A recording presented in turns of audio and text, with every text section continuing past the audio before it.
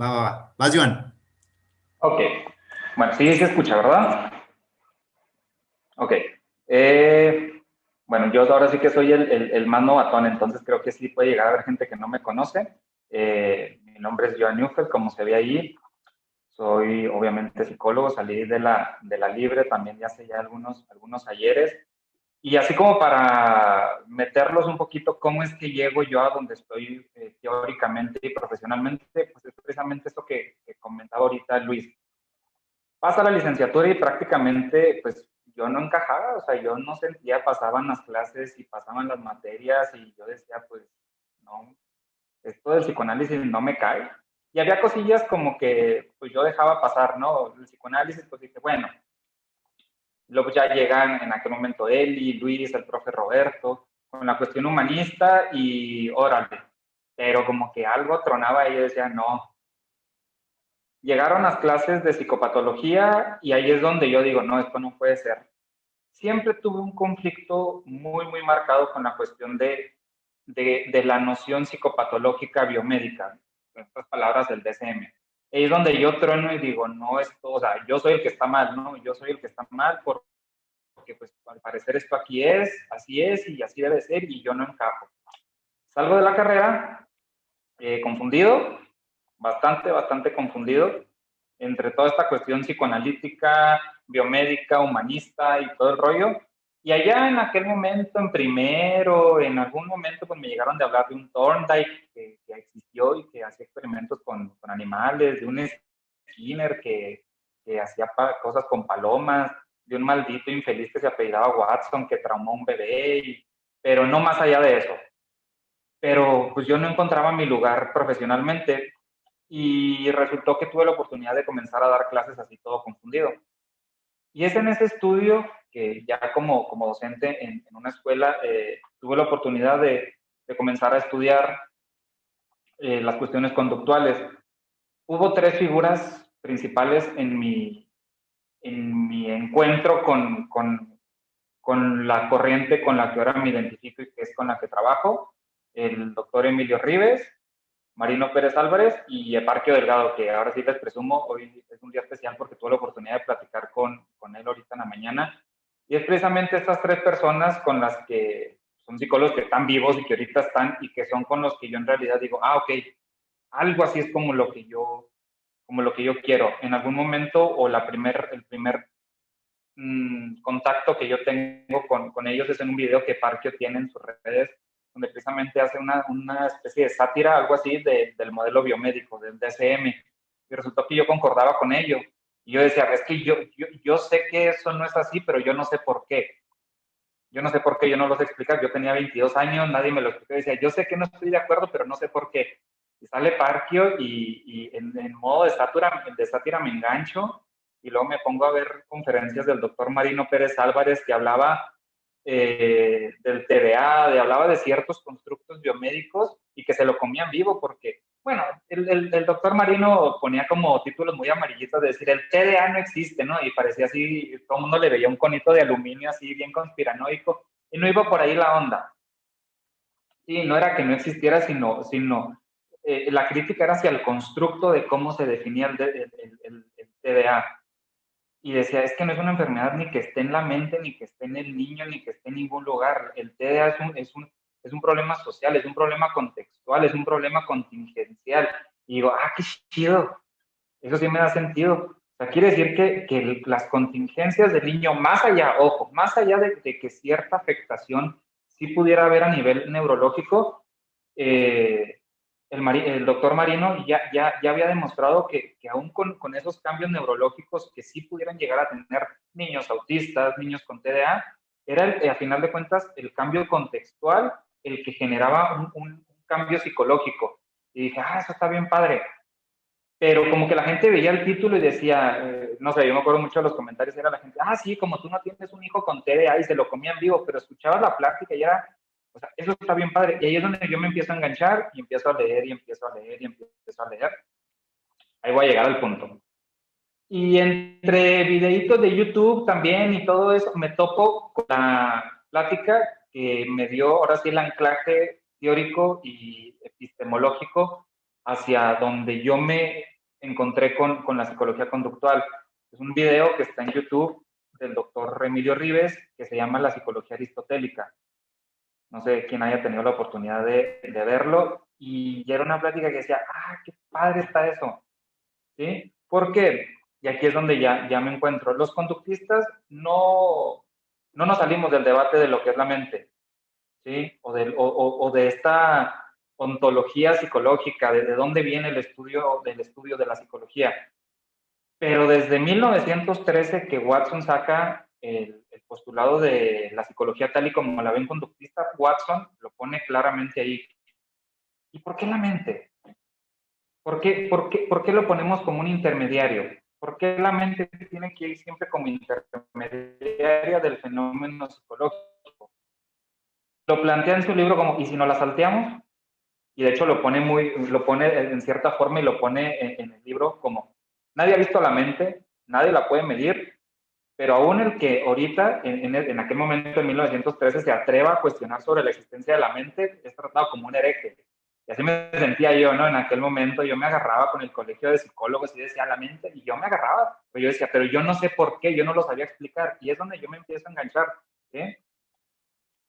Y ya con este video del doctor Rives es donde yo logro, y aquí es donde empiezo a hablar sobre este constructo de mente o de alma contextual o conductista, donde el doctor Emilio Rives en ese video, y posteriormente ya me pongo yo a investigar y a leer en otros libros y en otros tratados, es donde me da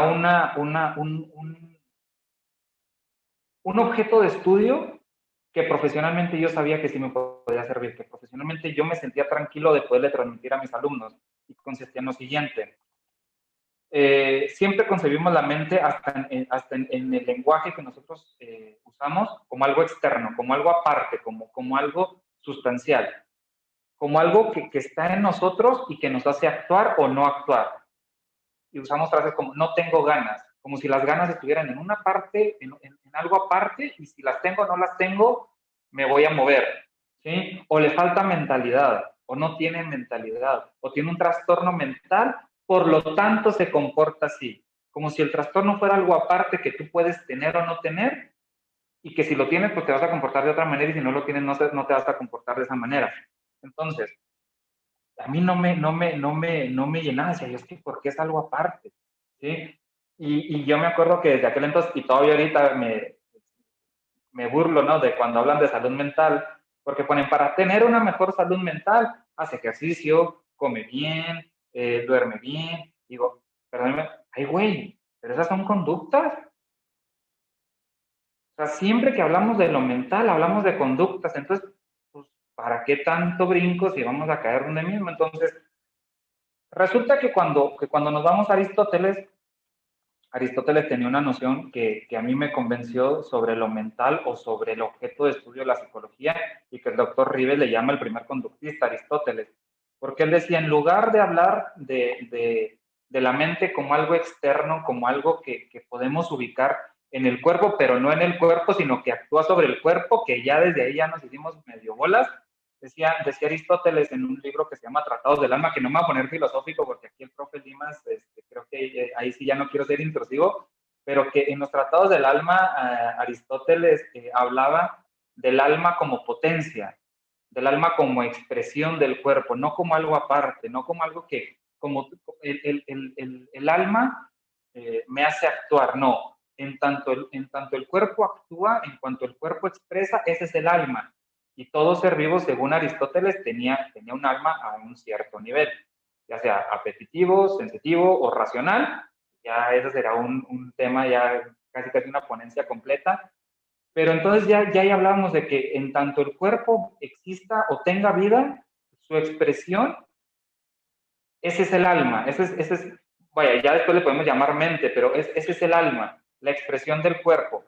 Y ahí es donde digo, eso está bien padre, ¿sí? Y ahí es donde Watson agarra su sustento para crear la psicología conductual en esta noción del alma aristotélica de expresión, ¿sí? O sea, no nos salimos del concepto de mente, sino no lo definimos como algo aparte ni como eso. La mente no es un agente causal, ¿sí? La mente no causa, la mente es el comportamiento en sí mismo, ¿sí? No es un mediador, sino lo mental o la expresión del alma es comportamiento en sí mismo, ¿sí? Y total de que pues nos agarramos, bueno, o me agarro a seguir estudiando y pues salen estas nociones obvias del conductismo, ¿no? Bueno, pero ¿dónde quedan las emociones? ¿Dónde queda el lenguaje? ¿Dónde queda toda esta cuestión que también es comportamiento y que pareciera que el conductismo no abarca? Porque sí, si nos quedamos con Watson, con Skinner, con Thorndike, con Pavlov, pues sí eran como experimentos a un nivel muy, muy básico, ¿no? Que si lo pusiéramos casi, casi en Maslow, pues nos quedamos acá abajo, ¿no? Y resultaba como que el conductismo no estaba explicando nociones, eso, como el lenguaje. Y pues tampoco venían las soluciones. Posterior a Watson, pues sale Skinner, ¿sí? Skinner, excelente filósofo, como psicólogo práctico, o ahí sí yo tengo mis reservas, pero un excelente filósofo, o epistemólogo vendría siendo. Él hablaba del conductismo como una filosofía de la psicología, como una epistemología de la psicología, y no decir que el conductismo es la psicología. Él decía, hay varias psicologías y el conductismo es una de las filosofías de la psicología. Y es precisamente Skinner el que empieza a hablar del lenguaje, pero pues se quedó ahora sí que cortito, ¿no? Sacó una rolita a la tercera nomás para explicar el lenguaje en un libro que se llama Comportamiento Verbal, ¿sí? Que quienes han tenido la oportunidad de leerlo, pues a mí tampoco cuando lo leí me dijo mucho, ¿no? Explicaba el lenguaje a un nivel de condicionamiento operante. ¿Y qué pasa? Pues Chomsky lo lee y lo hace trizas, ¿no? Lo hace garras. Que los conductistas, los skinnerianos todavía dicen, no, es que Skinner no le contestó porque no quiso. No, no es cierto, lo hizo garras.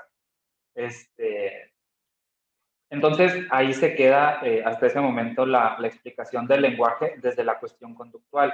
Y seguíamos ahí volando, ¿no? Porque decíamos, bueno, al final de cuentas, lo que hace que el alma del ser humano sea diferente o lo mental es el lenguaje, ¿no? Esa capacidad cognitiva que nosotros tenemos y que pues el conductismo no daba mayor respuesta hasta que más o menos en los 80s, 90s aproximadamente, sale un psicólogo que es el psicólogo más importante del mundo vivo actualmente, un señor que se llama Stephen Hayes, ¿sí? Que empieza a estudiar, o es un psicólogo conductual, que empieza a estudiar los fenómenos del lenguaje bajo el marco conductual y saca una teoría que se llama la teoría de los marcos relacionales. Esta teoría precisamente es como, claro, es como decía el profe Limas ahorita, ¿no? No es como que el debate se cerró, pero sí ya da la pauta de decir, el conductismo o la psicología conductual pueden hablar del lenguaje también. No es necesario recurrir a lo mental o a un mediador para hablar del lenguaje. Y la teoría, palabras más, palabras menos, sería una cuestión de ahora sí que de un posgrado hablar de teoría de los marcos relacionales, pero él hablaba del lenguaje como una serie de relaciones derivadas o relaciones funcionales derivadas que nosotros vamos haciendo a lo largo de nuestra vida. Les explico más o menos. La crítica que se le hizo a Skinner era decir, si tú dices que el lenguaje se aprende por medio del condicionamiento operante, es decir, si yo a un niño le digo, esas son unas llaves, y él dice, es una llanta, tiene que haber a fuerzas un reforzador o un castigo que le diga que sí o que no. Entonces, en ese sentido, tendríamos que ir por la vida, vez tras vez, castigando, reforzando, la misma pregunta, la misma palabra. Dice, jamás en la vida. Entonces, ¿qué pasó? Agarra Stephen Hayes y nos vamos a la raíz del conductismo, nos vamos a Pavlov, nos vamos a Watson, y dice Stephen Hayes, bueno, y si fueran relaciones derivadas, y se los pongo en este ejemplo, ¿qué pasó con Albertito? El pequeño Albert. Después de que le hicieron la canallada que le hicieron, Albertito no nada más se asustaba con las ratas. A Albertito si le acercabas un peluchito blanco, si le acercabas algo que asemejara una rata o un conejo, lloraba igual. Entonces Stephen Hayes empezó a decir, los seres humanos derivamos relaciones, derivamos significados, derivamos funciones con base en las experiencias que vamos teniendo. Entonces no es necesario que la relación funcional se dé una vez, otra vez, otra vez, otra vez, sino que nosotros derivamos el lenguaje. Entonces no es necesario aprender vez tras vez lo que es una galleta, lo que es un carro, lo que es, y eso se da por medio del aprendizaje asociativo. O aprendizaje, condicionamiento clásico, pero a un nivel mucho más elevado.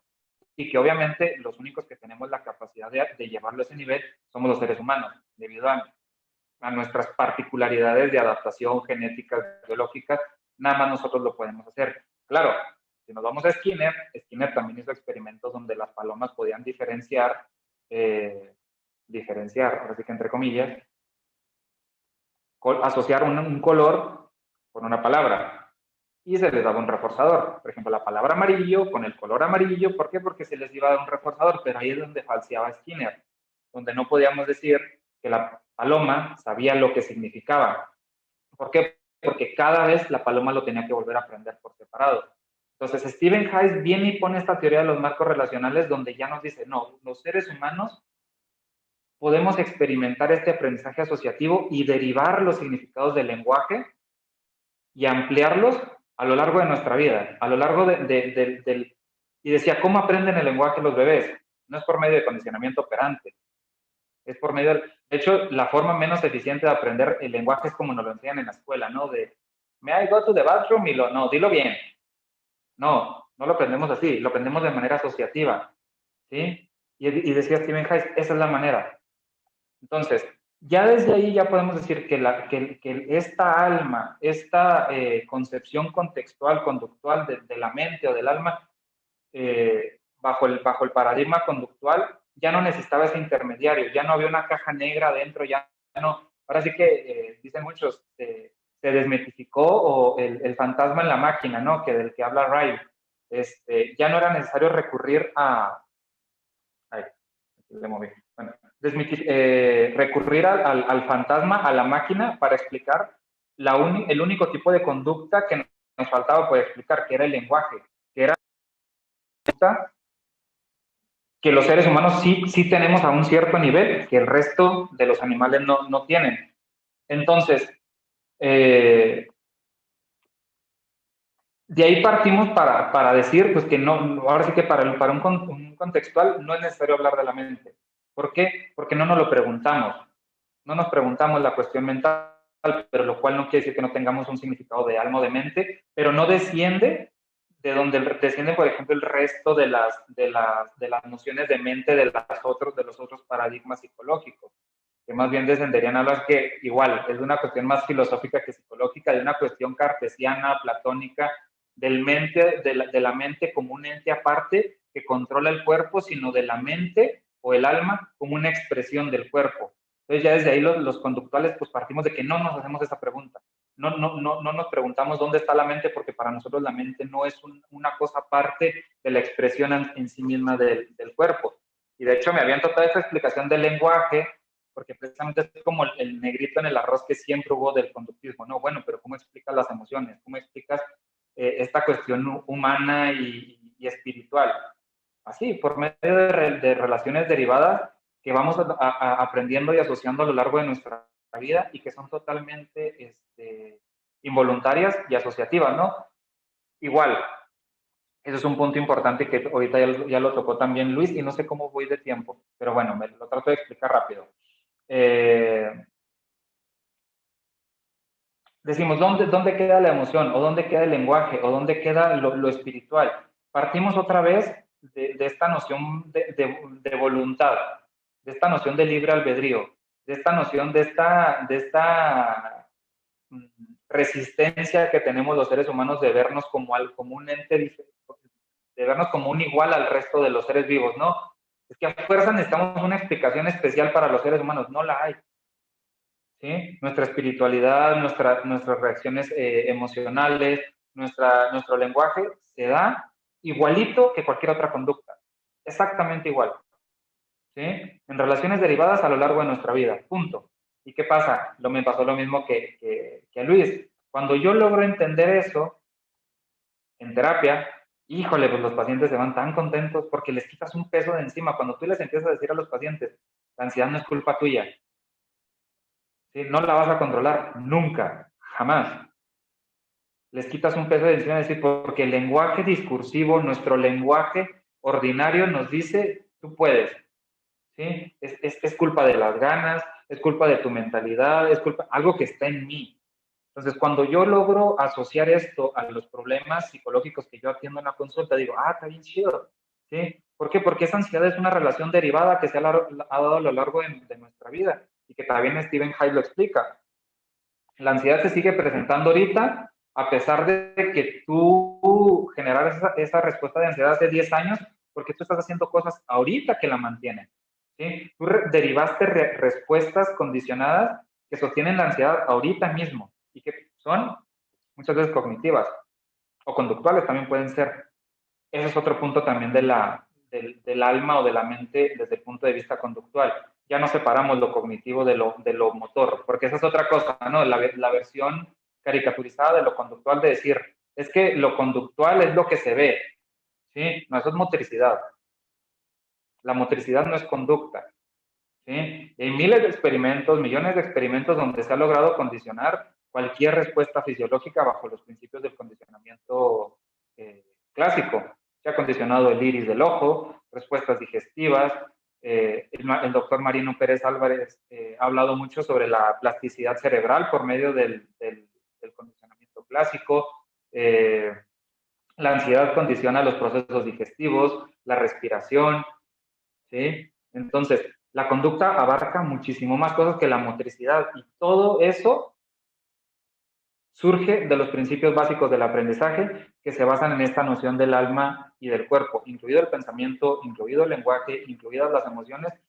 Y esta noción del alma, a mí como a nivel práctico, a nivel de aplicación, me ha dado algo que es una palabra que yo no conocía y que en algún momento aprendí, que es la parsimonia, ¿no? Como hacer chiquita la psicología. Es decir, a pesar de que voy a aplicar estos principios de manera diferente en cada persona, son principios universales y principios básicos.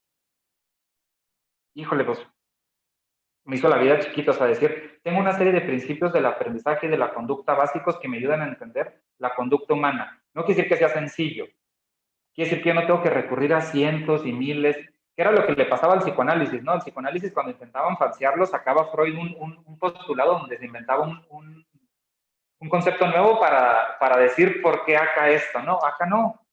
Acá decimos, no, son una serie de principios básicos que explican la conducta no nada más de los seres humanos, de las células, de las plantas, de los animales, ¿sí? Entonces, esta es la noción del alma conductual y hago un pequeño resumen. Divagué mucho, pero es una noción muy amplia y nomás nos dieron 20 minutos, entonces hago un resumen.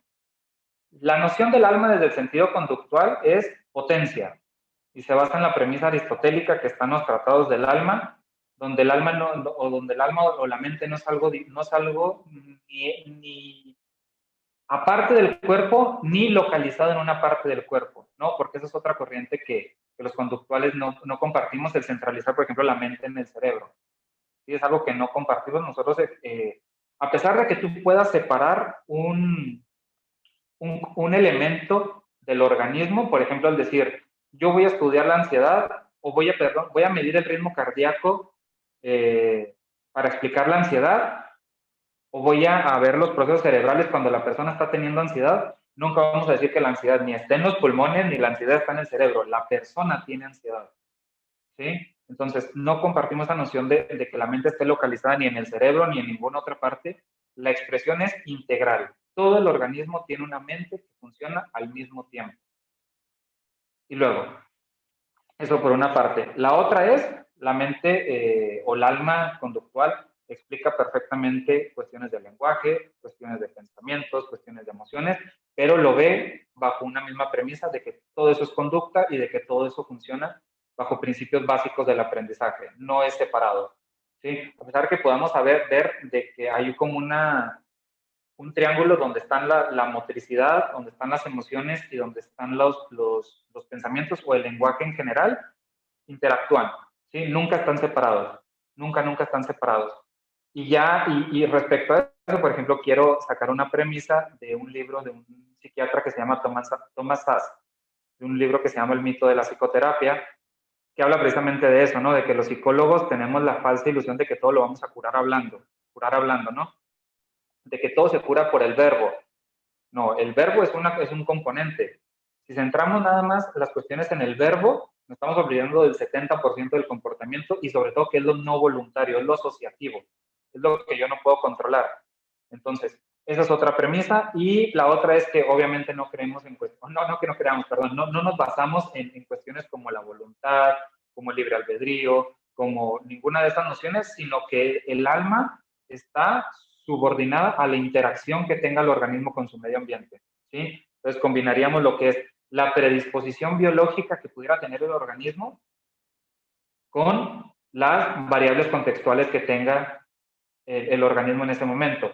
Por ejemplo, para explicar un fenómeno psicológico yo tengo que partir de la potencialidad biológica que tiene un pájaro, ¿sí? Si yo evalúo la capacidad de hablar de un pájaro, pues voy a decir que el pájaro está tonto.